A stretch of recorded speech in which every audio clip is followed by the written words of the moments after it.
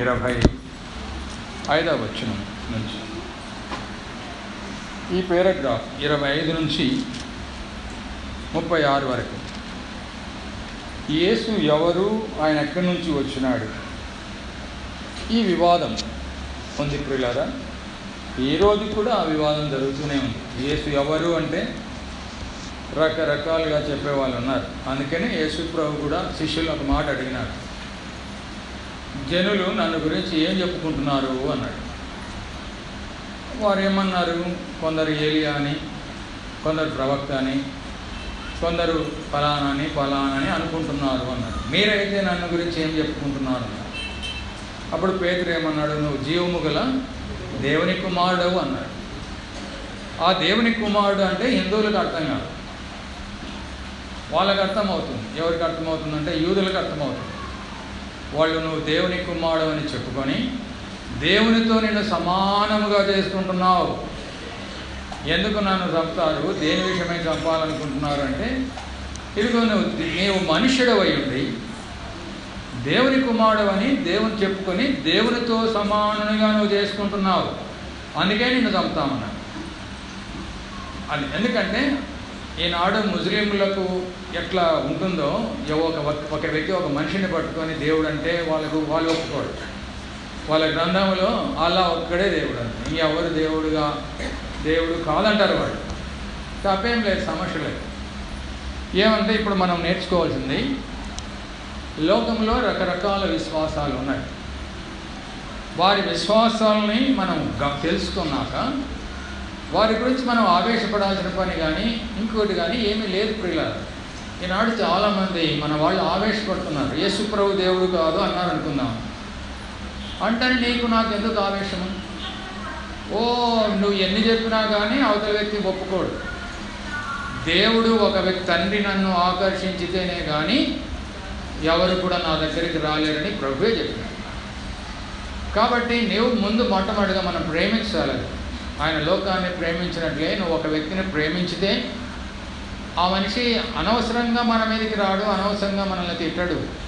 మన వాళ్ళు చేసే కొన్ని పొరపాట్ల వల్లనే వారికి ఆవేశం వచ్చి కొన్ని తప్పులుగా వారు కూడా మాట్లాడుతున్నారు. కొంతమంది స్వతహాగా ఎప్పుడు మాట్లాడే వాళ్ళు ఉంటారు, మనమేం దాని గురించి ఇబ్బంది లేదు. యేసు ప్రభు ఎవరు అనేది ఈనాటికి తేలలేదు. యేసు ప్రభు ఎక్కడి నుంచి వచ్చినాడు లేఖనంలో ఉంది, కానీ వీళ్ళకి అప్పటికి తెలియదు. వీరు మాట్లాడే టైంలో యేసు ప్రభు అక్కడ ఆయన జన్మించింది బెత్లెహేంలో జన్మించినాడు, కానీ ఆయన జీవించిందంతా గలిలయలో జీవించినాడు. గలిలయ దగ్గర ఇంకొకటి ఉంది నజరేత్. గలిలయ అనేది జిల్లా అంట, మన కర్నూలు జిల్లా మాదిరి. గలిలయ అనే ఒక జిల్లాలో నజరేతులో ఆయన పెరిగినాడు. పుట్టడేమేమో బెత్లెహేంలో పుట్టినాడు. ఆయన చెప్పుకోలే నేను బెత్లెహేంలో పుట్టినాను అని ఏమీ చెప్పుకోలే. ఎందుకు చెప్పుకోలేదంటే, నా తండ్రిని మీరు అంగీకరిస్తే, అంటే దేవుని అంగీకరిస్తే, దేవుడు అంటున్నారు కానీ చాలామంది నిజంగా దేవుని తెలుసుకున్న వాళ్ళు చాలా తక్కువ. ఆ దేవుడు ఎట్లా పాత నిబంధన అయినా బాగా స్పష్టంగా చదువుకోగలిగితే వారికి అర్థమవుతుంది. చాలామంది, మనం కూడా క్రైస్తవులు ఎంతమంది బైబిల్ చదువుతాం చెప్పండి, పెద్దగా చదవం. పెద్దవాళ్ళు ఏదో 5-6 మంది ఎవరు ఏ సేవకులు వచ్చి చెప్తే అది కరెక్ట్ అనుకుంటూ ఉంటాం.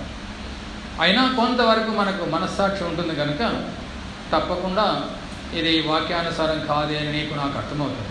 ఆ రోజు కూడా అంతే, పెద్దవాళ్ళు ఏం చెప్తే వాళ్ళ పారంపర్యాచారాల ప్రకారం వాళ్ళు చేసేవారు కనుక దేవుని వాక్యము నిరర్థకమయ్యే పరిస్థితి ఆనాడు కూడా ఏర్పడింది పిల్లలు. కనుక యేసు ఎవరు అనే దాంట్లో ఈనాటికి తేడా ఉంది. యేసు ప్రభువును నువ్వు ఒప్పించడానికి ప్రయత్నం చేయవద్దు. యేసు ప్రభువును ఒప్పించడానికి ప్రయత్నం చేస్తూ వేరే దేవతలను దూషిస్తాం, అదొక సమస్య. ఎవరిని మనం దూషించాల్సినప్పుడు అందరినీ ప్రేమించాలి, అందరితో సమాధానంగా. వాడు ఒకవేళ సమాధానంగా ఉండకపోయినా నీకు చెందలేదు, నాకు చెందలేదు, వానికి ఆవేశం వస్తుంది. బైబిల్లో యేసు ప్రభు ఏమన్నా ఎవరి మీదన్నా ఎవరికైనా నష్టం కలిగజేసినాడో చెప్పండి పిల్ల, ఎవరిని ఏమనలేదు. ఆయన ఏమనకపోయినా యేసు ప్రభుని చంపాలనుకుంటున్నారు. ఎందుకు చంపాలనుకుంటున్నారు? ఆయన దేవుడు అని చెప్పుకుంటున్నాడు. ఆయన దేవుడో కాదు వాళ్ళు పరీక్షిస్తే సరిపోతుంది. ఆ విధంగా లేఖనాలు చెప్తున్నాయి కదా అని ఆలోచన చేస్తే సరిపోతుంది. కానీ అలాగ ఆలోచన చేయకుండానే రకరకాలుగా ఆయన మీద ఆవేశము పెరిగేట్టుగా చేసుకున్నారు. కారణం ఒకటే, ఆయన ఏ పాపము చేయడు. ఒక వ్యక్తి అన్ని రకాల బాగున్నాడు, నేను ఇంతకుముందు చెప్పినాను. ఒక మంచి అబ్షాలోము లాంటి వాడు అనుకుందాం.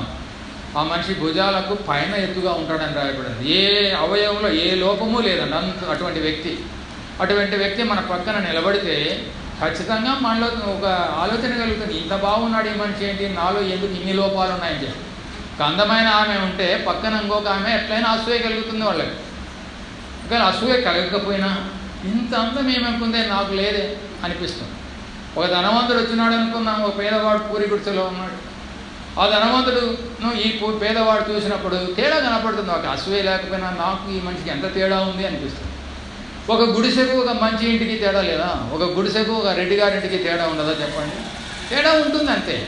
కాబట్టి ఈయనకు ప్రపంచంలో నా మానవులకు ఎంత తేడా అంటే ఆనాడు ఎక్కడ ఆయన పట్టుకోవాలని ఎన్ని రకాలను ఆలోచన చేసినాడు. ఎక్కడైనా తప్పు దొరుకుతుందేమో అని చూసినారు, ఎక్కడ తప్పు దొరకడం. అందుకని ఆయన మీద అసూయ కలిగింది. పైగా ఆడికి ఊరుకోలే ఆయన, మీరు చేస్తున్నది సరిగలేదు, మీరు పొరపాటు చేస్తున్నారు, దేవుని వాక్యం ప్రకారం నడుచుకోవడం లేదు అంటున్నారు. అది కోపం వచ్చింది. ఏం చేయాలనుకున్నారు? 25వ వచనములో యెరూషలేము వారిలో కొందరు వారు చంపవేదకు వాడు ఈయనే కాదా, ఇదిగో ఈయన బహిరంగంగా మాట్లాడుతున్నాను, ఈయనను ఏమనరు, ఈయన క్రీస్తుని అధికారులు నిజంగా తెలుసుకుని ఉందిరా, అయినను ఈయన ఎక్కడి వాడో ఎరుగుము. క్రీస్తు వచ్చినప్పుడు ఆయన ఎక్కడి వాడో ఎవడనూ ఎరగడని చెప్పుకోండి. గమనించినారు కదా, ఈయన చంపాలనుకుంటున్నారు. వాళ్ళకి తెలిసిపోయింది ప్రజలకి, యేసు ప్రభువును చంపాలా అని. ఎందుకు చంపాలనుకుంటున్నారో వాళ్ళకి అది తెలియదు, కానీ మొత్తానికి యేసును చంపేయాలా. ఈయన నిజమైన దేవుడు కాదు, లేకుంటే నిజమైన మెస్సియా కాదు, నిజమైన ప్రవక్త కాదు, అబద్ధ ప్రవక్త, మోసం చేసేవాడని చెప్పి ప్రజల్లో ప్రచారం చేసినారు. కనుక ప్రజలందరికీ ఈయన దొరికితే చంపుతాడు అనుకున్నాడు. అయితే ఇప్పుడు చంపడం లేదు. ఆయన వచ్చి మాట్లాడుతున్నాడు యెరూషలేములో. మాట్లాడుతుంటే ఎవరు చంపడానికి పూనుకోలే. అందుకని మామూలు ప్రజలకు ఏం డౌట్ వచ్చిందంటే, ఈయన ఏమైనా మెస్సి అని వీళ్ళకి అర్థమైపోయిందా? పాత నిబంధనలో చెప్పినటువంటి మన ప్రభు ఈయనేమైనా అర్థమైందా అని వాళ్ళు అనుకుంటున్నారు. అనుకుంటూ ఈయన ఎక్కడి నుంచి వస్తాడని వాళ్ళు అనుకుంటున్నారు. 27వ వచనంలో ఈయన ఎక్కడి వాడో ఎరుగుడు. క్రీస్తు వచ్చినప్పుడు ఆయన ఎక్కడి వాడో ఎవడనూ ఎరుగడని చెప్పుకోండి. ఇది కూడా కొన్ని వాక్యాలను బట్టి వాళ్ళు అట్లా అనుకొని ఉండదు. ఆయన ఎక్కడి నుంచి వస్తాడని ఉంది గ్రంథంలో, కానీ పరిశీలించలేకపోవడం ద్వారా, లేదా వాళ్ళు పొరపాటుగా అర్థం చేసుకోవాలి ద్వారా ఈయన ఎక్కడి నుంచి వస్తాడో వాళ్ళకి కూడా అర్థం కాదు. ఎందుకు? వీళ్ళే చెప్పినారు కదా. మత్తయి సువార్తలో ఏమని రాయబడింది చూడండి. మత్తయి సువార్త 2వ అధ్యాయంలో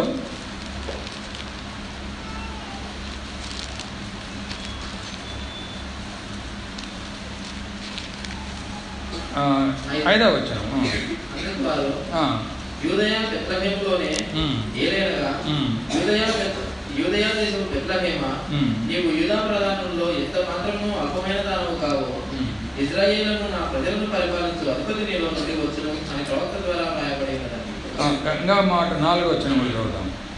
కాబట్టి రాజు ప్రధాన యాజకులను ప్రజల్లో నుండి శాస్త్రులను అందరినీ సమకూర్చి క్రీస్తు ఎక్కడ పుట్టునని వారిని అడిగారు. క్రీస్తునే చెప్పబడింది. క్రీస్తు ఎక్కడ పుట్టును, మెస్సియా లేదా అభిషిక్తుడు ఎక్కడ పుడతాడు, అభిషిక్తుడు అని చెప్పి అడిగినాడంటే వాళ్ళ అర్థమైందంటే వారు చెప్పిన దాన్ని బట్టి ఆయన మామూలు వ్యక్తి కాదు, మామూలు ప్రవక్త కూడా కాదు, చాలా గొప్ప వ్యక్తి ఎవరో పుట్టినారు, అందుకనే ఇంత గొప్ప నక్షత్రం మనకు కనపడుతుంది కనుక ఎవరు ఎక్కడ పుడతారని చెప్పి ఆనాడే పరిశీలించినారు. మరి పరిశీలించినప్పుడు ఇప్పుడు ఈయన ఫలానా ఆయన రాజుకేమో చెప్పగలిగినారు, కానీ వీళ్ళు ఒకరికొకరు చెప్పుకోలేకపోయినారు. అదే రాజుకి ఎందుకు చెప్పినారు అంటే ఎందుకో చెప్పి ఉంటారు, మేము పెద్ద జ్ఞానులు మనం, లేకుంటే మేము బాగా పరిశీలించగలిగిన వారు మనం, అట్లా చెప్పగలిగినారు.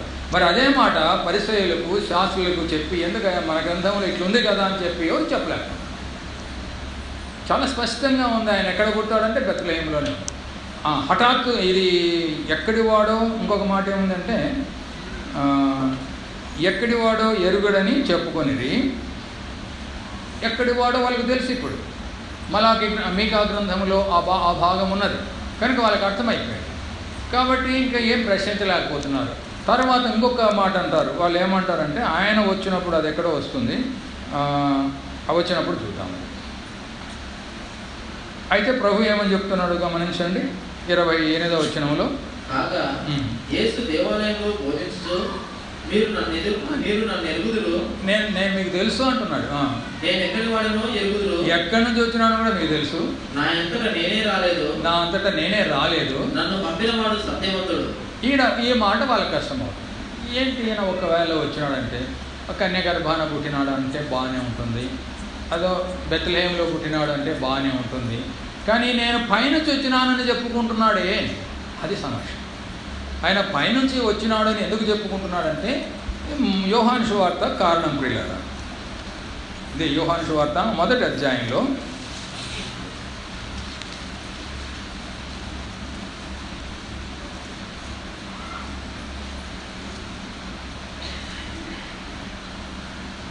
1వ అధ్యాయంలో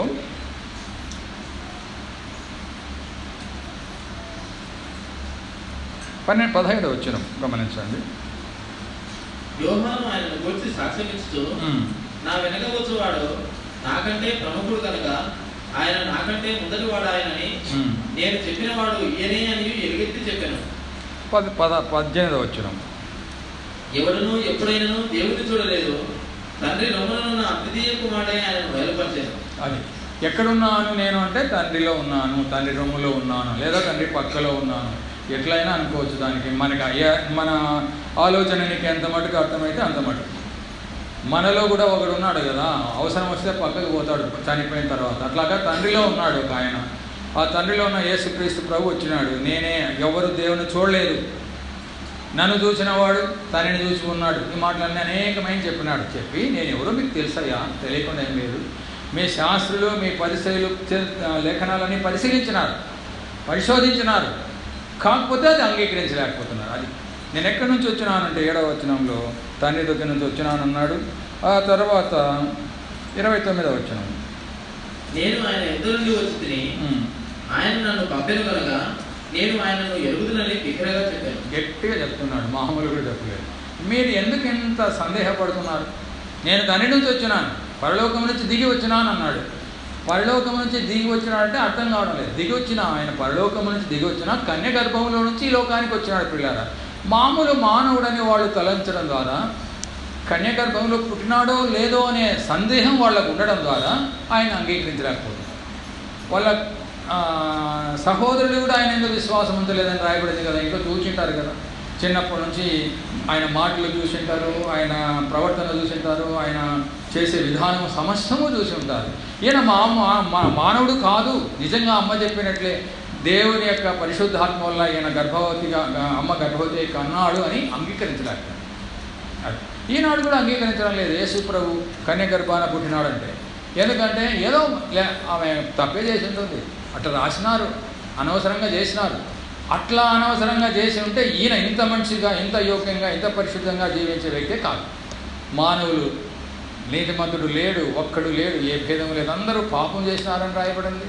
అందరూ ఆదాము ద్వారా పాపంలో లోకంలో ఉన్నారు కనుక ఖచ్చితంగా మానవుల్లో పాపం బయటపడుతుంది. ఆయనలో లేదు. ఆయన అన్నాడు, నాలో పాపం ఉందని మీలో ఎవడు స్థాపిస్తాడు.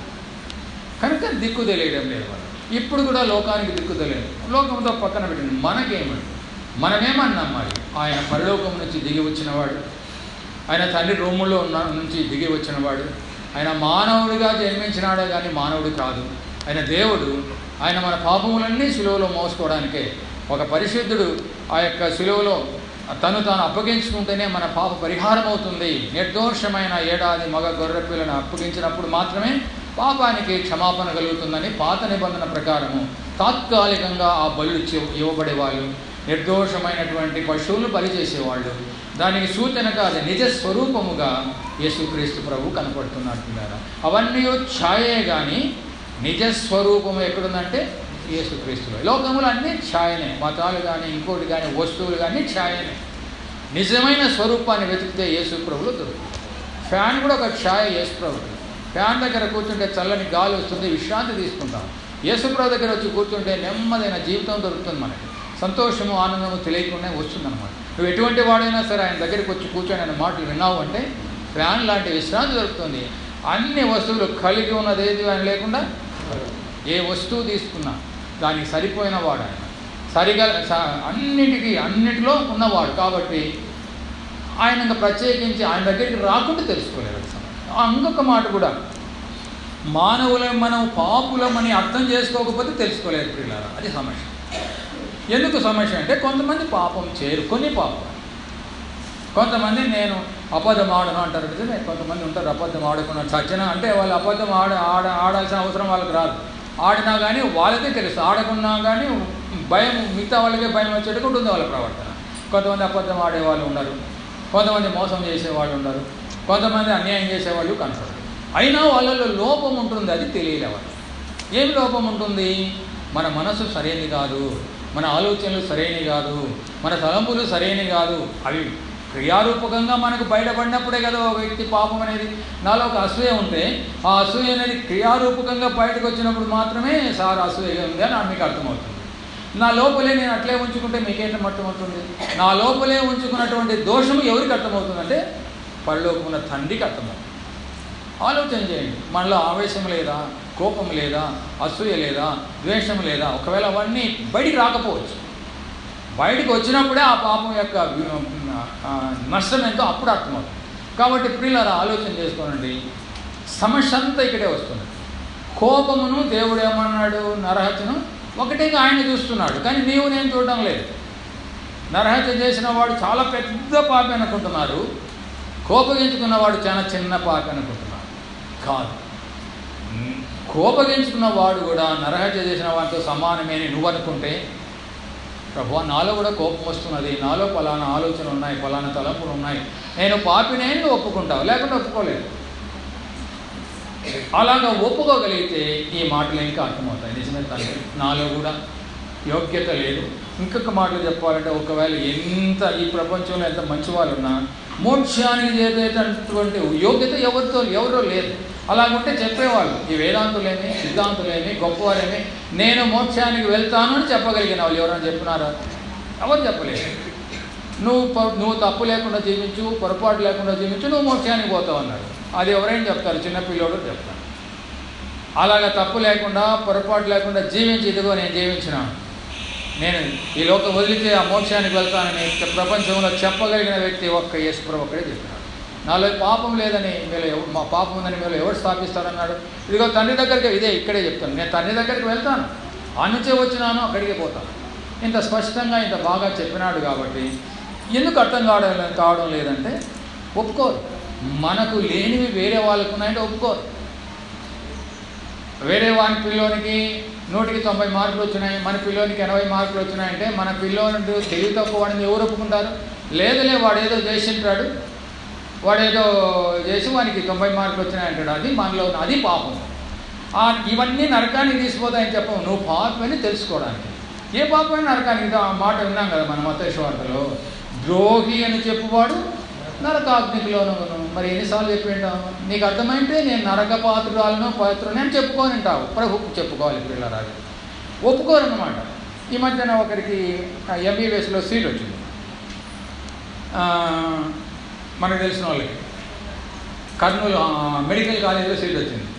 ఇంకొక ఆమె ఒప్పుకోలే, ఏదో చేసింటారులే వాళ్ళు. ఏం చేస్తారు పిల్లరా? రాజకీయ మార్కులు వచ్చేది అయినా ఒప్పుకోరు. వాళ్ళు ఫలానా కులస్తులు కాబట్టి ఆ కులాలను వాళ్ళను పట్టుకొని వారికి సీట్ వచ్చేటట్టు చేసుకున్నారని ఏంటంట ఆ అమ్మాయితో. కానీ నాకు నవ్వు వచ్చింది. ప్రియులారా ఎట్లుంటుంది అంటే, ఒక వ్యక్తి నిజంగా గొప్పవాడని ఒప్పుకోవడానికి, నిజంగా వాడికి తెలియదని ఒప్పుకోవడానికి అంత సులభం కాదు. అట్లనే యేసు ప్రభువుని ఎక్కడ ఒప్పుకుంటారు పిల్లలు? పరిశుద్ధులు, వారి పరిచయులు, వారి శాస్త్రులు, వారి భక్తి జీవితము చాలా గొప్పది. ఇంతకుముందు ఒకసారి మనం విన్నాం కదా, ఏమని? ఒక స్త్రీ అక్కడి నుంచి వస్తూ ఉంటే కళ్ళు మూసుకొని పోతారంట వాళ్ళంతే, ఆ స్త్రీ దాటిపోయినంత వరకు. ఎవరున్నారు అటువంటి వాళ్ళు? కనుక వాళ్ళ ఆ శాస్త్రులు, పరిశీలు అటువంటి వాళ్ళు ఎట్లా ఒప్పుకుంటారో అంత సులభంగా? ఈయన ఇంత గొప్పవాడని ఒప్పుకోలేకపోతారు. సరే, వాళ్ళు ఒప్పుకున్నారో లేదో మనం ఒప్పుకోవాలి. యేసు ప్రభువా, నువ్వు ఎంత పరిశుద్ధులు ఉన్నాయన, ఎంత పాపం లేని వాడు, పరలోకం నుంచి దిగి వచ్చినవాడు, మళ్ళీ పరలోకానికి ఎక్కిపోయినావు.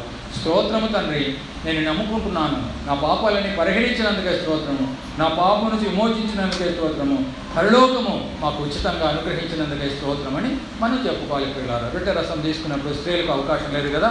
ఈ మాటల ద్వారా మనసులో ప్రభువుకు స్తుతులు చెల్లించండి.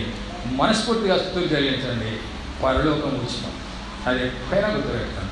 కానీ ఈ లోకము నిన్ననే ఒకటి మేము అనుకున్నప్పుడు 24/7 అని వార్తాపత్రికలో ఉంటుంది. 24/7 ఏమని దాని అర్థం? 24 గంటలు 7 రోజులు వార్తలు అందిస్తామని వాళ్ళ అర్థం. మన పోరాటం అట్లుంది. ఇప్పుడు ఇలా 24/7 24 గంటలు పోరాటమే, వారంలో 7 రోజులు కూడా పోరాటమే. గుర్తుపెట్టుకోండి, పోరాటం. వంట చేసుకుంటూ ఉంటాం, ఎన్నో ఆలోచనలు వస్తాయి. ఎవరో గురించి కోపం వస్తుంది, ఎవరో గురించి మన మనసుకు వస్తుంది, వాడి మీద కోపపడతాం. కోపపడంలో తప్పులేదు, తప్పు ఆలోచన రావడంలో తప్పులేదు. దాన్ని ఎట్లా డీల్ చేస్తున్నావు.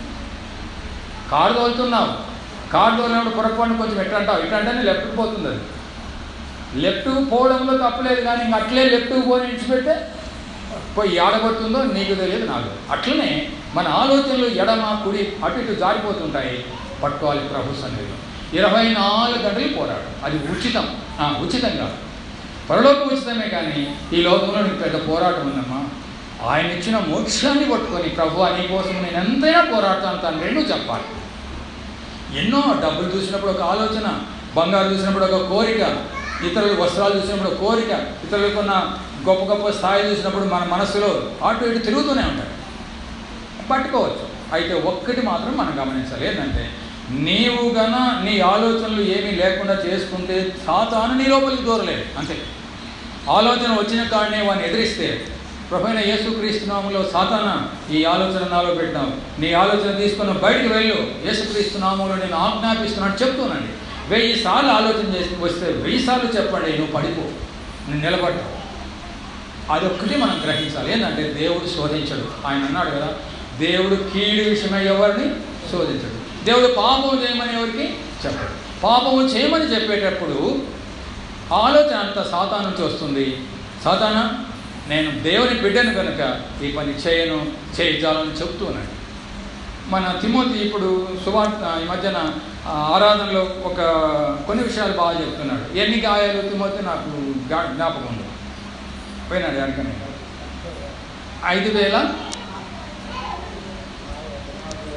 ఎంతో, నాకైతే ఒకటి కూడా జ్ఞాపకం ఉండదు. 5,400 గాయాలు కొన్నాడు. ఎవరి కోసం? దానికి జ్ఞాపకం తెచ్చుకున్నాడు. 5,400 గాయాలు ఆయన మీద పడింటే ఎన్ని పాపాలు, రోజుకు 5,400 ఆలోచనలు తప్పు వచ్చినా అవన్నీ క్షమాపణకు ఆయన యొక్క గాయాలు సరిపోయినాయి. ఇంకొకటి, ఆరోగ్యానికి కూడా సరిపోతుంది. మన శరీరంలో 5,400 ఏమన్నా పెట్టుకోండి, ఎంత మిగులుతుంది ఏమన్నా? ఏం మిగలంటే అన్ని రకాల జబ్బులు కూడా మోసుకున్నాడు ఆయన.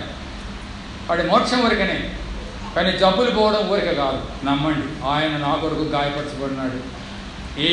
ఎక్కడ నీకు ఏమి బాగలే, ఒక కాలు వచ్చిందనుకో, అక్కడ కూడా ఆయన గాయపరచబడినాడు. ప్రభువా, ఈ కాలు నొప్పికి నువ్వు గాయపరచబడినావు, స్తుతిస్తున్నాను, నీ పొందిన గాయముల ద్వారా నాకు స్వస్థత అని చెప్పండి. చెప్పిన తర్వాత ప్రభు అయిన యేసుక్రీస్తు నామములో ఈ నొప్పి బయటికి వెళ్ళిపోను కాక అని గట్టిగా చెప్పండి. మామూలు చెప్పండి. చెబితే వాడు పారిపోతాడని రాయబడి. వానికి లేదు శక్తి.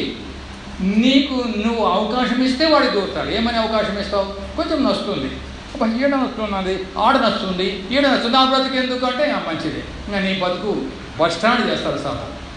అట్లా అంటున్నారు. ఎన్ని రకాలు చెప్పినా భయపడుతూనే ఉన్నారు. ఎందుకు భయం? ఒకదానికి ధైర్యం తెచ్చుకోండి. ఏమైతుంది? ఒకవేళ ఏదైనా చచ్చిపోతాం, అంతకంటే చచ్చిపోతే ఆడిపోతాం, పరలోకానికి పోతాం అనేకానికి ధైర్యం నువ్వు తెచ్చుకుంటే సాతాన్ని దగ్గరికి అడుగుపడేవారు ఇంత తొందరగా విని పరలోకాన్ని పంపించుకుంటారా అనుకుంటాడు. అంతేనా? చచ్చిపోతామనే ధైర్యం నీకుంటే, పోయమ్మ వీడు దేవుడు నమ్ముకున్నాడు, ఇంత తొందరగా పరలోకానికి ఎందుకు పోవాలా, ఈ లోకంలోనే ఉంటే వాడు ఇంకా నేనైనా శోధించవచ్చునేమో, దీంట్లో కాకుంటే ఇంకో దాంట్లో శోధించవచ్చునేమో, అది కాకుంటే మరొక దాంట్లో శోధించవచ్చునేమో అని ఆలోచన చేస్తాడు తప్ప వాడు నీకు ఏ హాని కలుగుతుంది. కాబట్టి ప్రియులారా, అన్ని గాయాలు పొందినాడంటే నాకు అర్థమైంది, అన్ని రకాలుగా మనకు ఆరోగ్యం ఇచ్చినాడు ఆయన. భయపడద్దండి, ఉంటుంది కొంతకాలం, అది నిదానంగా జరుగుతుంది ఆ కార్యం. టైం, ప్రతిదానికి సమయం కలదన్నట్టు నువ్వు ప్రార్థన చేసి నువ్వు ఎదిరించిన తర్వాత నువ్వు భయపడకుండా ఉంటే వాడు పారిపోతాడు. అది ఏ జబ్బైనా పోతుందని నాకు ఇప్పుడు అర్థం. అది ఎటువంటి జబ్బైనా సరే భయపడద్దండి, ధైర్యంగా ఉంటాడు. ఒకవేళ ఉంటే కొంతకాలం ఉంటుందంటే మనకేం భయం. వాడు ఒకవేళ ఏదైనా ఇబ్బంది చేస్తే చచ్చేస్తాను సాతానా, నేనైతే నీకు లొంగను.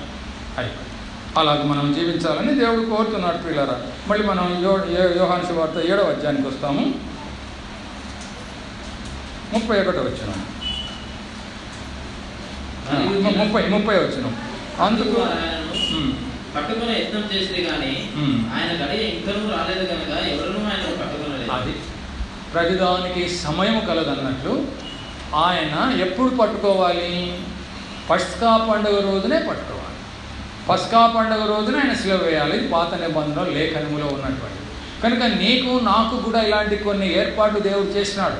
ఎవడు ఎప్పుడు నమ్ముకోవాలి, ఎవడు ఎప్పుడు కనుక మనం ప్రార్థన చేస్తూ ఉండాల్సిందే. నీవును నీ ఇంటి వాడు రక్షించబడతారు అన్నాడు కదా. కుటుంబంలో వాళ్ళ కొరకు ప్రార్థన చేస్తూ ఉండు. ఎప్పుడో ఒకసారి వారు రక్షణ పొందుతారు. రక్షణ పొందకపోతే అది నీ తప్పు. ప్రార్థన చేయకపోవడమే మన తప్పు. కాబట్టి పిల్లల ఒక సమయం ఉంది. ఏ సమయంలో ఎవరు నమ్ముకుంటారో తెలియదు కనుక ఒక వ్యక్తిని అలాగ దూషించవద్దు. వాడు ఎంత తాగుడుపోతు కానీ, ఎంత పనికిమానుడు కానీ, ప్రభువా దాని నుంచి బయటికి వేయండి, ఆ పనికిమాలతో నుంచి బయటికి తీసుకురాడని ప్రార్థన చేయండి. కానీ వీడు ఎప్పుడు పోతాడు, వీడు ఎప్పుడు చచ్చిపోతే మేలు అట్లా అనుకోకూడదు. అది వీలే కాదు. అలాగ అనుకోవడం ద్వారా దేవుని వాక్యానికి మనం విరుద్ధంగా ఉంటున్నాం. దేవుని వాక్యం ఏం చెబుతున్నది? లోకమును ఆయన ప్రేమించినాడు, మనల్ని ప్రేమించాడు. చేతనైనా కానీ ప్రేమించండి. చేత కాకపోతే అది కూడా చెప్పండి, ప్రభువా నాకు నువ్వేమో అందరినీ ప్రేమించమన్నావు, ఈ మనిషిని ప్రేమించడం నాకు చేత కాలేదు, నేర్పించడానికి మంచి అవుతాం. కాబట్టి సమయం ఆడ కూడా ఈయన అద్భుతాలు ఎంతవరకు చేయలేదు. 30 సంవత్సరాలు వచ్చినందరూ ఒక్క అద్భుతం కూడా చేయలేదు. అందుకనే ఆయన మామూలు మానవుడే అనుకున్నారు ఆ యొక్క సహోదరులు కూడా. ఎప్పుడు పెళ్లిలో మొదటి అద్భుతము చేశారని రాయబడింది, కానా అనే పెళ్లిలో. అప్పుడు కూడా వాళ్ళ అమ్మ వచ్చి, నాయన ద్రాక్షరసం అయిపోయిందంటే, అమ్మ నా సమయం ఇంకను ఎందుకు రాలేదంటే, ఇంకా ఉన్నాయమ్మా అది ఆ రాతి బాణాల్లో పూర్తి కాలేదు, నీట్గా ఏమి లేకుండా పోలేదు, లేక మీ ప్రయత్నాలు కూడా ఏముంటాయంటే ఇవి అయిపోకముందే ఆ నుంచి తెప్పిస్తాము ద్రాక్షరసం, ఈ నుంచి తెప్పిస్తామని మీరు ఏమైనా తంటాలు కొడుతున్నా పడండి. కనుక మనం కూడా ఒక్కొక్కసారి దేవుని పక్కన పెట్టి మన ప్రయత్నాలు అన్నీ చేస్తూనే ఉంటాం. మన పిల్లోనికి ఉద్యోగం రావడానికి ఆ రాజకీయ నాయకుని దగ్గరికి, ఈ రాజకీయ నాయకుని దగ్గరికి ఎన్నో వెళ్తూ ఉంటాం. ఉపయోగం లేదు. దానివల్ల వెళితే వాళ్ళే మనకు పైన ఉంటారు. అరే నీ కొడుకు ఉద్యోగం ఇప్పించినాంరా, నీ కూతురికి పొలాన్ని చేసినాంరా, కాబట్టి మాకు ఓటేరా. అది కనుక అట్లాంటి పరిస్థితి రాజకీయ నాయకుల దగ్గర వచ్చింది. ప్రభు అట్లా ఏమన్నాడు, నువ్వు నమ్ముకుంటే చాలు రా అంతే, నీవు నమ్ముకోకపోయినా నీకు సాయం చేస్తాను రా అంటాడు దేవుడు. కనుక ఈనాడు చాలామందికి అదొక ధైర్యం. మాకు కూడా అదే ధైర్యం. మేము మా పిల్లల గురించి ఎవరి దగ్గరికి పోవాలా, ఎవరిని అడగాలా అనేటటువంటిది ఉండేది. ఎవరిని అడగలేదు, చిన్న ప్రార్థన చేసినాము, మీరు ప్రార్థన చేసినాడు, పిల్లలకు ఉద్యోగాలు వచ్చాయి అంతే. కనుక ప్రార్థన చేయండి, నమ్మండి, ఉద్యోగాలు వస్తాయి. ఉద్యోగం అంటే మళ్ళీ గవర్నమెంట్ ఉద్యోగాలు అనుకోవద్దు. ఇప్పుడు నిన్న టీచర్స్ దాంట్లో ఒకరిద్దరికే వచ్చిందంటే ఈ ఊర్లో, మిగతా వాళ్ళకి రాలేదని మీరే నిరాశపడరు. ఇంకొకటి ఏదో దేవుడు చేస్తాడు, అట్లా అన్నమాట. కనుక ఏదో ఒకటి దేవుడు మనకు ఇచ్చిన తెలివి ప్రకారము ఆయన అడిగితే ఆయన మన యొక్క ప్రతి అవసరము తీరుస్తాడు. కనుక ఉద్యోగాలు రాని వాళ్ళు ఎవరంటే నిరాశపడతాడు, ఏమి భయపడాల్సిన పని లేదు, ఏదో ఒకటి ఏర్పాటు ఆయన చేస్తూ ఉంటాడు. తర్వాత చూడండి 32వ వచనం. జనసమూహము ఆయన గూర్చి ఇలాగ చదువుకొనుట పరిశీలు విన్నప్పుడు ప్రధాన యాజకులను పరిశీలను ఆయనను పట్టుకొనుటకు పత్రోతులను పంపిరి. యేసు ఇక కొంతకాలం నేను మీతో కూడా ఉండును, తర్వాత నన్ను పంపిన వాని యొద్దకు వెళ్ళదు. మీరు నన్ను వెతుకుదురు కానీ నన్ను కనుగొనరు. నేను ఎక్కడ ఉందునో అక్కడికి మీరు రాలేరని. అందుకు యూదులు మనం ఈయనను కనుగొనకున్నట్లు ఈయన ఎక్కడికి వెళ్ళబోతున్నాడు, గ్రీసు దేశస్తుల్లో చెదిరిపోయిన వారి ఎందుకు వెళ్ళి గ్రీసు దేశస్తులకు బోధించిన నన్ను వెలుగురు కానీ కనుగొనరు, నేను ఎక్కడ ఉందనో అక్కడికి మీరు రాలేరని ఆయన చెప్పిన ఈ మాట ఏమిటో అని ఈ మాటలు వాళ్ళకి అర్థం కాదు. నన్ను కనుక్కోలేరు, కొంతకాలం నేను ఉంటాను, నేను వెళ్తాను, మళ్ళీ నన్ను చూడలేరు అని ఇవన్నీ వారికి దిక్కు తెలియడం. ఎక్కడికి పోతాడు ఆయన మనకు తెలుస్తుంది. ఎందుకు తెలుస్తుంది అంటే ఆయన ఎక్కడికి పోతానని చెప్తాను, తండ్రి దగ్గరికి వెళ్తాను అంటున్నాడు. మరి నన్ను ఇలా చూడరు అని చెప్తున్నాడు. శిష్యులు కూడా అర్థమైంటుంది కానీ మామూలు పిల్లలకి అర్థం కాదు. నమ్ముకున్న వారికి అర్థమవుతుంది. పిల్లలు ఆయన ఎక్కడికి పోతాడు, ఈ లోకం వెళ్తే తండ్రి దగ్గరికి పోతానన్నాడు. మళ్ళీ మీరు చూడలేరు, కొద్దికాలం ఉంటాను, ఎంత కొత్తకాలం, అప్పుడు ఇంకొక సంవత్సరం ఉంటాడు అంతే. ఆయన ఇప్పటికి దాదాపు 32 సంవత్సరాల సమయంలోనేమో ఈ మాటలు మాట్లాడినాడు. ఇంకో సంవత్సరంలో అయితే 6 నెలల్లో ఆయన సులువు వేయబడుతున్నాడు. కనుక అలాగా చెప్తున్నాడు. ఈ విషయాలన్నీ నీకు నాకు సులభంగా అర్థమవుతాయి, లోకానికి అర్థం కావు. కాబట్టి ప్రియులారా, ఆయన నమ్ముకున్న మనం ఎంత ధన్యులం. ఆ శాస్త్రులేమి పరిచయులేమి వాళ్ళకి అవన్నీ తెలుసు. పాత నిబంధనలు ఆయన సిలువ వేయబడతాడని తెలుసు, ఆయన చనిపోతాడని ఉంది, ఆయన సమాధి అవుతాడని ఉంది, ఆయన తిరిగి లేస్తాడని ఉంది. ఈ విషయాలన్నీ ఉన్నాయి పాత నిబంధనలో. కాకపోతే వారు గ్రహించలేకపోయినారు. అవి గ్రహించలేకపోవడానికి కారణం ఏంటి అంటే వారు పాపులని ఒప్పుకోలేకపోయినారు. తర్వాత పారాగ్రాఫ్లో ఏముందంటే 37 నుంచి 44 వరకు ఇవన్నీ అర్థం కావాలంటే ఇదిగో ఈ పని చేయాలన్నాడు. ఏం చేయాలన్నాడు చూడండి. ఆ పండుగలో మహాదినమైన అంత్యదినమున యేసు నిలిచి ఎవడైనా తప్పికొనేలా నా ఎద్దకు వచ్చి తప్పి తీసుకునేవారు. అదే, ఎవరికైనా తప్పికొనేలా నా ఎద్దకు వచ్చి దప్పి తీసుకుని. దప్పి అంటే వాళ్ళకేం అర్థమవుతుంది? నీళ్ళు అనుకుంటారు. ఆ సమరయ స్త్రీ దగ్గరికి కూడా వచ్చి, అమ్మ నేనిచ్చే నీళ్ళు తాగవాడికి ఎన్నడూ తప్పుకున్నట్టే ఆమెకి ఏమర్థమైంది? ఓ స్వామి, ఇంత దూరం రాకుండా నేను వచ్చి ఈ బోరింగ్ దగ్గరికి వచ్చి కొట్టుకోకుండా నీ ఇంటికి కాకుండా అదేదో ఇవ్వమని చెప్పింది. అంటే నీళ్ళు అంటే ఈ లోకం అని అర్థం. కానీ ఇక్కడ దప్పిక అంటే నీతి కొరకు ఆకలిగా పూజలవారు ధన్యులు. కనుక నీతిని గురించి ఆలోచన చేసేవాళ్ళు, పాపాన్ని గురించి ఎట్లా ఈ పాపాన్ని పోగొట్టుకోవాలో అనుకునేవాళ్ళు, వారికి ఈ నీళ్ళు సరిపోతాయి. అంటే వారి నీళ్ళు అంటే ఈ వాక్యం సరిపోతుంది, వారికి ఈ మాటలు సరిపోతాయి. కాబట్టి అమ్మా నీకు ఏమి దప్పిక ఉంది? న్యాయమైన దప్పిక మొట్టమొదటిగా మనం పాపం నుంచి బయటపడాలి. ఆ దప్పిక ఉండాలి. నేను పాపం నుంచి ఎట్లా బయటపడతాను తండ్రి అంటే ఎన్నో రకాల వాక్యాలు ఉన్నాయి, వస్తూ ఉంటాయి. ఇంట్లో మీరు టీవీలో ఉన్నప్పుడు వినపడతాయి, లేదా సెల్లులో చూస్తే వినపడతాయి, ఇక్కడ కూడా వినపడుతుంటాయి. కనుక ఆ దప్పిక మనకు ఉండాలి. నీతి కొరకు ఆకలి దప్పుగల వారు ధన్యులు, వారు తృప్తిపరచబడుదురు. మామూలుగా సంపూర్ణంగా తృప్తిపరుస్తారు.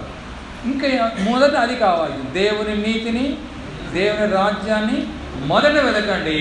అప్పుడు అన్నీ, దేవుని నీతి అంటే పాపం లేకుండా జీవించడం, దేవుని కోసం జీవించడం, మళ్ళీ ఏమైనా దోషాలంటే ఒప్పుకోవడం. అది చాలా ప్రాముఖ్యమైనది.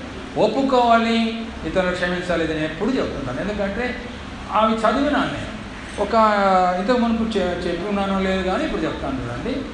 ఒక ఆమెకి కీళ్ళ నొప్పులు ఎక్కువ ఉన్నాయి, బాగా తట్టుకోలేకపోతుంది. ఆ సంఘములో ఎప్పుడు మనమన్న స్వస్థత గురించి ఎప్పుడో ప్రార్థన చేస్తాం, కానీ ఆ సంఘం ఎప్పుడూ స్వస్థత గురించి ప్రార్థన చేస్తూనే ఉంటారు. వాళ్ళు పెద్దకొస్తు వాళ్ళు ప్రార్థన అయిన తర్వాత ఎన్నిసార్లు అయినా బాగాలేదు. ఆ పాస్టర్ గారు ఏమన్నారంటే, అమ్మ నీకు ఎవరి మీద నా ద్వేషం ఉందా అని. ఉందయ్యా. ఎవరి మీద? నా భర్త మీదనే. నీ భర్తను నువ్వు క్షమించేసాయి, నీకు నొప్పులు పోతాయి. అది మాత్రం కాదయ్యా, నువ్వేనన్నా చెప్పు, ఆయన మాత్రం క్షమించాను, ఎవరైనా క్షమిస్తానని. కానీ ఆయన అంత నన్ను కష్టపెట్టినాడు, ఆయన అన్నంత ఇబ్బంది పెట్టినాడు, అంత అని చెప్పి నీ ఇష్టం అమ్మా. ఆయన క్షమిస్తే నీకు నొప్పులు పోతాయి, క్షమించకపోతే అట్లే ఉంటాయి చెప్పినాడు ఆయన. పోయింది 1 వారం 2 వారాలు నొప్పులేం తగ్గలే. ఇంకా తట్టుకో తల్లి అని చిన్నగా ఆయన క్షమించడం మొదలుపెట్టి, అయ్యా ఏదో నేను ఆయన క్షమిస్తే నాకు నొప్పులు పోతాయని మా పాస్టర్ చెప్పినాడు, నాకు క్షమించే మనస్సు ఇవ్వని అని చెప్పి చిన్నగా ఆయన ప్రేమించి క్షమించడం అలవాటు చేసుకుంది. కొంతకాలానికి ఎట్లా ఆమె అలవాటు అవుతుందో ఈ నొప్పులు అట్లా తగ్గిపోయాయి. ఎప్పుడైతే పూర్తిగా ఆయనను ప్రేమించిందో పూర్తిగా ఆమె నొప్పులు పోయాయి. జబ్బులు పోవాలంటే అంతేమ్మా, ఎవరి మీద ఏమైనా ఉందేమో చూసుకోండి. చిన్నదానికి పెద్దదానికి దేవుని మాట తప్పిపోతున్నామని చూసుకోండి. పెద్ద పాపాలు చేస్తున్నామని దేవుడు కూడా అనడం లేదు. నువ్వు ఇంత దొంగతనాలు చేస్తున్నావు, ఇంత మోసాలు చేస్తున్నావని అనడం లేదు. మనకు వచ్చిన ఇబ్బంది అంతే. మనం దొంగతనాలు చేయం, మోసాలు చేయం, పెద్దవి చేయం, చిన్నవి చేస్తాం. దోమల్ని వడేగడతాం, వంటల్ని మింగుతాం. అది వచ్చిన సమస్య. ఆ చిన్నవే పెద్దవి అవుతాయి. డాక్టర్లు కూడా చెప్తుంటారు, సింహాల ద్వారా చచ్చిన వాళ్ళు తక్కువ మంది అంట, పులుల ద్వారా చచ్చిన వాళ్ళు తక్కువ మంది అంట, దోమల ద్వారా చచ్చిన వాళ్ళు ఎంతమందో ఉన్నారు. కాబట్టి పెద్ద పెద్ద పాపాల కంటే చిన్న పాపాల ద్వారానే మనం చస్తామంటే అనారోగ్య పాలవుతాం. నెమ్మది ఉండదు, సంతోషం ఉండదు, ఆనందం ఉండదు. అన్నింటినీ ఎక్కడ సరే ఏ చిన్నదైనా దేవుని వాక్యానికి విరుద్ధమని కనిపిస్తే వెంటనే ఒప్పుకోవు. ఎవడైనా అట్లే మాట్లాడిననుకో, దేవుని వాక్యానికి విరుద్ధంగా మాట్లాడిననుకో, తండ్రి వాడు ఏం మాట్లాడుతున్నాడో వానికి తెలియదు కనుక వాడిని క్షమించమని చెప్తూ ఉంది. సంపూర్ణమైన ఆరోగ్యం మనకు వస్తుంది. ఎందుకు వస్తుందంటే అది ఆయన మనకు హక్కు. ఇది పిల్లల రొట్టె కనుక పిల్లల రొట్టె కుక్క పిల్లలకు వేయడము యుక్తం కాదు. ఇంకా మనం ఏమైనా ఇబ్బంది పడుతూ ఉంటే ఒప్పుకో. ఒకవేళ ఎప్పటికీ పోకపోతే ప్రసక్తే లేదు, పోతాయంతే. ఎందుకంటే ఆయన 400 ఏదో 23 గాయాలు పొందినాడంట. అన్ని గాయాలు పొందినాడు కాబట్టి అన్ని రోగాలు కూడా పోతాయి. అన్ని రోగాలు లేవు మనకి, కొద్ది రోగాలు ఉండదు. కాళ్ళ నొప్పులు, కీళ్ళ నొప్పులు, ఏదో బాధలు, జ్వరాలు, తలనొప్పులు, ఇంతే, ఇవన్నీ పోతాయి. కాబట్టి భయపడకుండా మనం ముందుకు కాక. అందుకనే ఇక్కడ ఇవన్నీ చేయాలంటే నువ్వు ఆకలి కొరకు దప్పిక కలిగిన వారు, నీతి కొరకు ఆకలి దప్పులు గలవారు ధన్యులు. ఎవడైనా ఏమని చెప్తున్నాడు, నా దగ్గరికి రావాలి, దప్పిక తీర్చుకోవాలి, ఆయన దగ్గరికి రావాలి. ఏది తక్కువ ఉంటే అది దప్పిక. అంటే ఒక్కోసారి మన ఉద్యోగాలే, పిల్లలకి ఉద్యోగాలు లేవు, రావాలని కోరిక మీకు కూడా ఉంటుంది కదా, తప్పేముంది. కనుక ఆయన అడగండి అంతే, ప్రభువా ఏదో వీడికి తగిన ఉద్యోగం ఇవ్వండి, లేదా వీడు ఏం ఉద్యోగం ఇస్తావో కానీ వాని కుటుంబ పోషణకు అవసరమైన ఏర్పాటు చేయండి అని ప్రార్థన. అది వస్తుంది, మీ ప్రతి అవసరము తీరుస్తాను లేఖనం మేడం. తర్వాత 38. నా యందు విశ్వాసం ఉంచువాడెవడో లేఖనము చెప్పినట్టు వాని కడుపులో నుండి జీవజల నదులు పారునని బిగ్గరగా చెప్పాను. కేవలం ఒక గ్లాసు నీళ్ళే కాదంట, నదులు పారుతాయంట. అంటే నదులు పారుతాయంటే అంత కృప, అంత ఆత్మశక్తి నీకు నాకు కుమ్మరించబడుతుందంట. విశ్వాసం, అది విశ్వాసం ఉంచువాడు. అడగడం అంటే విశ్వాసం. ఇదిగో నా దగ్గరికి రండి, దప్పి తీర్చుకొని అంటే ఆయన దగ్గరికి వచ్చి నమ్మితే మన హృదయంలో జీవజల నదులు పారుతాయంటే సంతోషము, ఆనందము పెళ్ళుబుకుతుంది. ఈ లోకంలో శ్రమలున్నా, ఇబ్బందులున్నా ఇవన్నీ తొలగిపోతాయనే ధైర్యం కూడా మనకు వస్తుంది అని దాని అర్థం పిల్లల. తర్వాత తన యందు విశ్వాసం ఉంచువారు పొందబోవు ఆత్మను గురించి ఆయన ఈ మాట చెప్పారు. ఇది ఆత్మను గురించి చెప్పబడింది. తర్వాత 44వ వచనం చదవండి.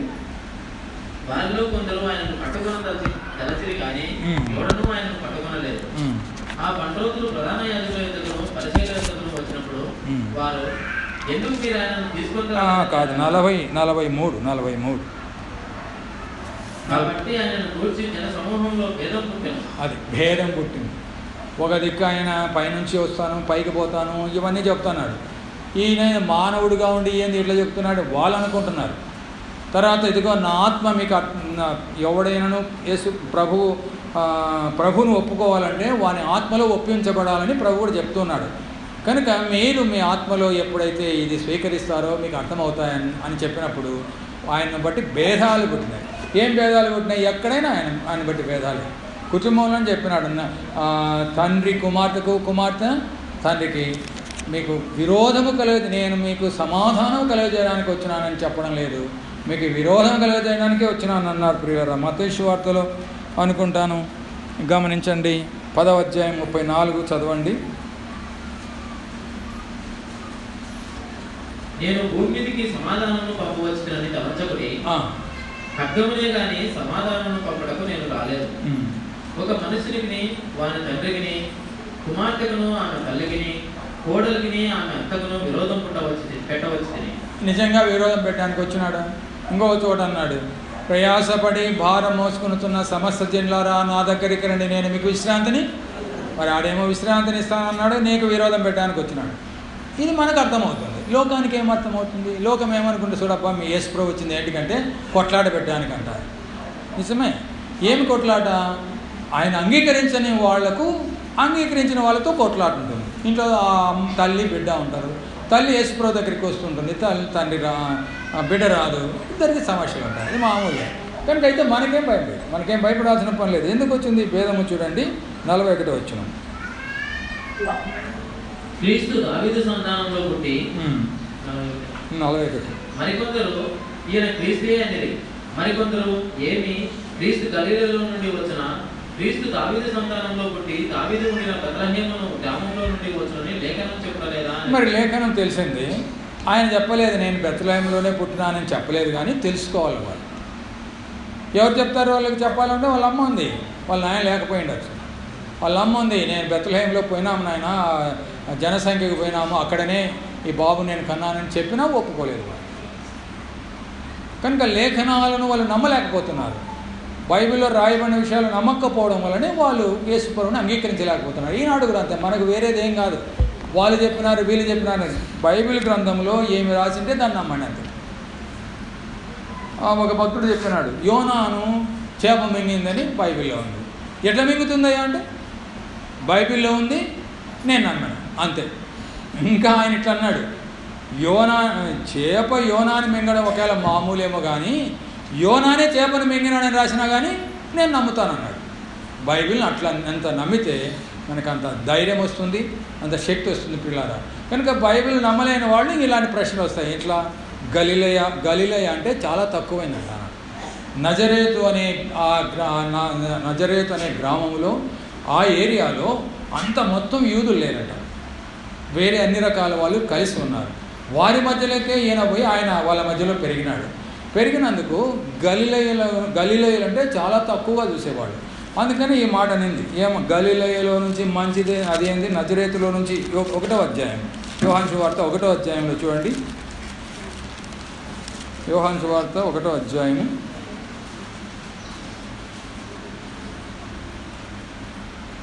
46వ వచనం. అందుకు నతనయేలు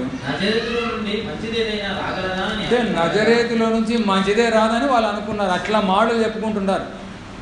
పలానా ఊరు చాలా పనికి మాలిందిరా అంటే అయిపోయి ఆ ఊరి గురించి 10 మంది పనికి మాలిందంటే ఎవరు కూడా ఆ ఊర్లో ఎంత మంచి వాళ్ళున్నా ఒప్పుకోరు. పారంపర్యాచారం పెద్దలు చెప్పినారని చెప్పి దానివల్ల ఏమైందంటే దేవుని వాక్యం నిరర్థకమవుతుందంట. గలిలయలో నుంచి మంచిదైతే రాదు, ప్రవక్త లేడు, వచ్చినాడంట. యోనా గలిలయలో నుంచి వచ్చిన ప్రవక్తనే, అయినా వాళ్ళు మూసేసినారనమాట. కనుక ఎవరైనా ఒక వ్యక్తి మీద 10 అబద్ధాలు చెప్పినారనుకో అయిపోయి ఆ వ్యక్తిని ఎవరు నమ్మరు. అయినా పర్లేదు, ఈ ప్రభు అటువంటి వాళ్ళ కోసమే వచ్చినాడని మనం గమనించాలి. కనుక ఇప్పుడు ఏమంటున్నాడు ఆ మాట, నజరేతులో నుంచి మంచిది ఏదైనాను. అట్లే నజరేతు తర్వాత గలిలయలో నుంచి గలిలయలో నుంచి ఒక మాట కూడా ఉంది. ఆ గలిలయ అనే మాట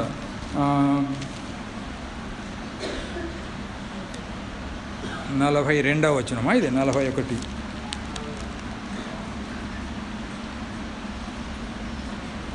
సరే, అది నాకు గుర్తులేదు. మొత్తానికి ఏంటంటే నజరేతును గలిలయను చాలా తక్కువగా చూసేవాళ్ళు వాళ్ళు.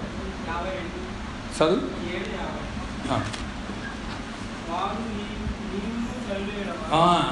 గలిలయను గురించి చాలా తక్కువ. ఆడ నజరేతును గురించి ఆయన గలిలయ గురించి మరొక మాట అన్నాడు. ఎవరు గలిలయ, అది ఆ భాగం రావాలి మళ్ళీ.